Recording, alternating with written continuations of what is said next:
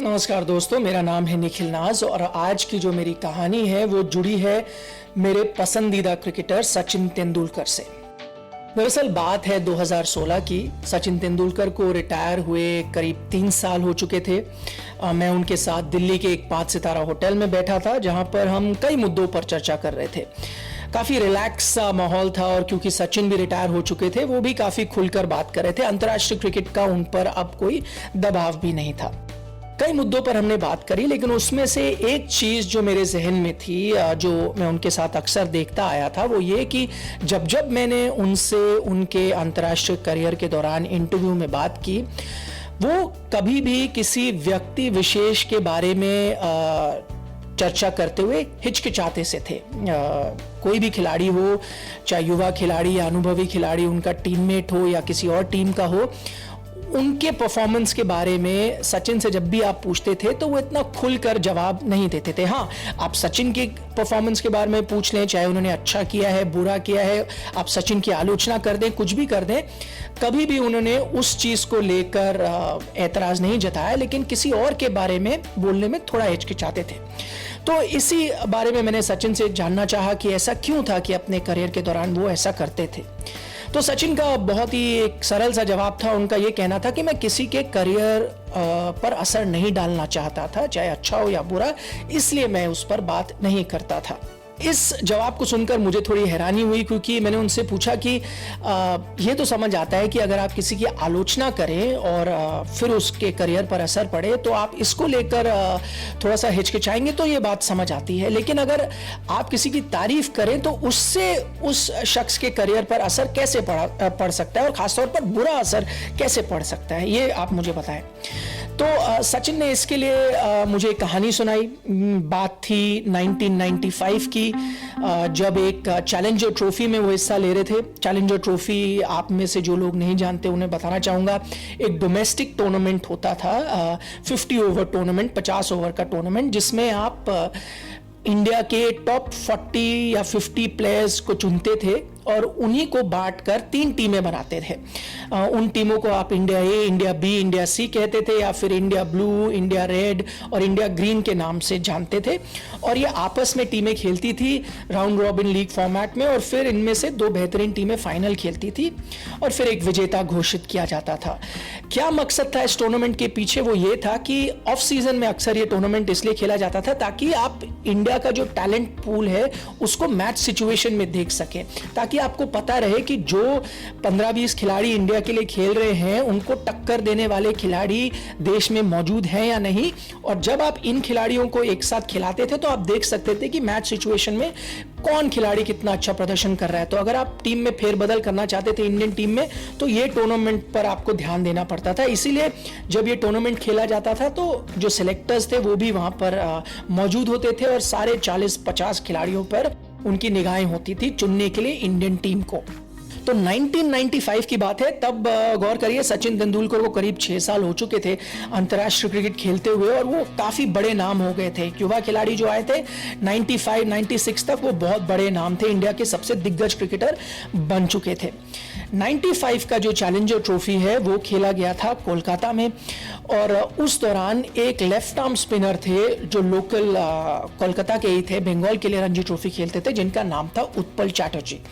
उनका उस challenger trophy में बहुत ही अच्छा प्रदर्शन रहा था। तो जाहिर तौर पर अगर लोकल बॉय अच्छा परफॉर्म करता है तो जो लोकल मीडिया होती है उसकी दिलचस्पी बढ़ जाती है उनके प्रदर्शन को लेकर। और ये चीज़ भी आपको गौर करनी होगी कि 95 में बंगाल का कोई भी क्रिकेटर इंडियन टीम का हिस्सा नहीं था। सौरव गांगुली 92 में डेब्यू कर चुके थे, लेकिन उसके बाद ड्रॉप थे। वापस जब वो आए, वो 1996 की बात है, तो 95 में कोई भी बंगाल का क्रिकेटर नहीं था। तो जाहिर सी बात है कि लोकल मीडिया चाहता था कि जो भी एक कोई क्रिकेटर उभर कर आए वो अगर इंडियन टीम का हिस्सा हो तो लोकल फैंस बहुत खुश होंगे। तो उस चैलेंजर ट्रॉफी में Utpal Chatterjee left arm spinner का बहुत अच्छा प्रदर्शन रहा, उन्होंने कई विकेट भी लिए। तो एक मैच के बाद जो लोकल मीडिया है उन्होंने सचिन तेंदुलकर को घेर लिया मैच के बाद और बोला, सचिन हम आपसे कुछ सवाल करना चाहते हैं। तो ज्यादातर सवाल जवाब उस चर्चा में उत्पल चैटर्जी को लेकर ही थे। तो लोकल मीडिया ने सचिन से कई सवाल पूछे, जैसे कि आपको कैसा लगता है, कैसी गेंदबाजी कर रहे हैं, और क्योंकि वो बहुत अच्छी गेंदबाजी कर रहे थे सचिन ने उन्होंने उनकी काफ़ी तारीफ भी की। उसके अलावा पूछा गया कि क्या आपको लगता है कि ये अंतर्राष्ट्रीय क्रिकेट खेलने के लायक हैं उत्पल चैटर्जी, उस पर भी सचिन ने उनकी तारीफ की कि जी बिल्कुल, अगर यहाँ पर वो इतना अच्छा प्रदर्शन कर रहे हैं, वो क्यों नहीं अंतर्राष्ट्रीय क्रिकेट भी खेल सकते हैं। इस पूरी बातचीत के दौरान सचिन को बिल्कुल भी एहसास नहीं था कि जो वो इस वक्त कह रहे हैं उससे कुछ खिलाड़ियों के करियर पर कैसा असर पड़ेगा, लेकिन बहुत जल्द ही इस बारे में उनको पता चला। जैसे ही ये चर्चा खत्म हुई और सचिन तेंदुलकर मीडिया से बात करके जो सीढ़ियां हैं ईडन गार्डन्स की उसको चढ़कर अपने ड्रेसिंग रूम पर गए, वहां पर उन्होंने देखा कि वेंकटपति राजू, एक और लेफ्ट आर्म स्पिनर जो उस वक्त इंडियन टीम का हिस्सा भी थे, थोड़े बुरे दौर से गुजर रहे थे, उनका निजी फॉर्म इतना अच्छा नहीं था, वो एक कोने में बैठे थे और उदास थे। सचिन ने उनको देखा, कुछ समय तक उनको ऑब्जर्व किया। बाद में जाकर सचिन ने उनसे पूछा कि आप इतने उदास क्यों हो। उस चीज पर वेंकटपति राजू ने कहा कि कुछ ही समय पहले आपने मीडिया से बात करी और आपने कहा उत्पल चैटर्जी बहुत अच्छे हैं और अंतर्राष्ट्रीय क्रिकेट खेल सकते हैं, उनमें वो हुनर है, क्यों आप इंडियन टीम का हिस्सा हो। तो वेंकटपति राजू को लगा कि अब क्योंकि सचिन ने ये बयान दे दिया है, उनका करियर यहां पर खत्म हो जाएगा, क्योंकि अब उनकी जगह दूसरे लेफ्ट आर्म स्पिनर यानी उत्पल चैटर्जी को टीम में लिया जाएगा। देखिए, जब सचिन ने उत्पल चैटर्जी की तारीफ करी, उन्होंने कभी भी नहीं सोचा कि इस तारीफ का असर किसी और खिलाड़ी पर होगा और वो भी बुरा असर होगा और उनके करियर पर असर होगा।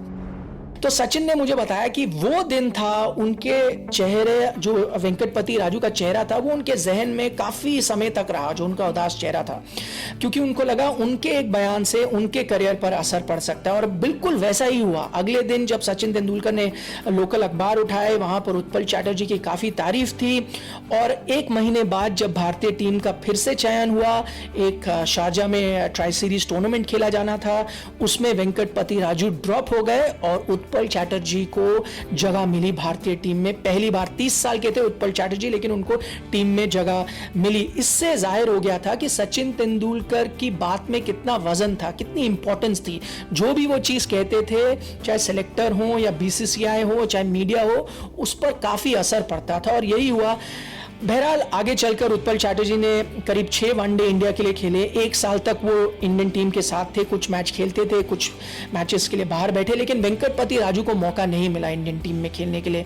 फिर 1996 में जाकर 1996 वर्ल्ड कप के दौरान वेंकटपति राजू वापस आए टीम में। वो अलग कहानी है, लेकिन 1 साल उन्हें टीम से बाहर बैठना पड़ा था।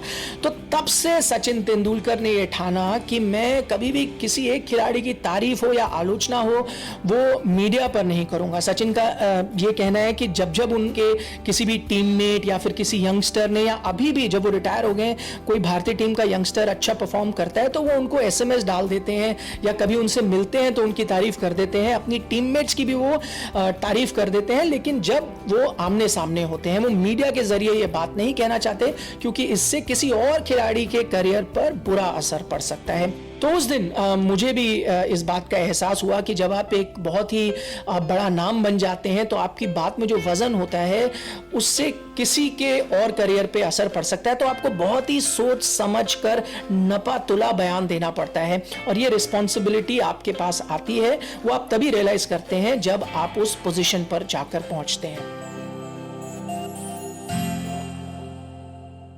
सब्सक्राइब कीजिए हमारे YouTube चैनल डिंग डंग डोंग को ऐसे ही मजेदार किस्से और कहानियाँ सुनने के लिए, और कमेंट करके बताएं ये वीडियो आपको कैसा लगा।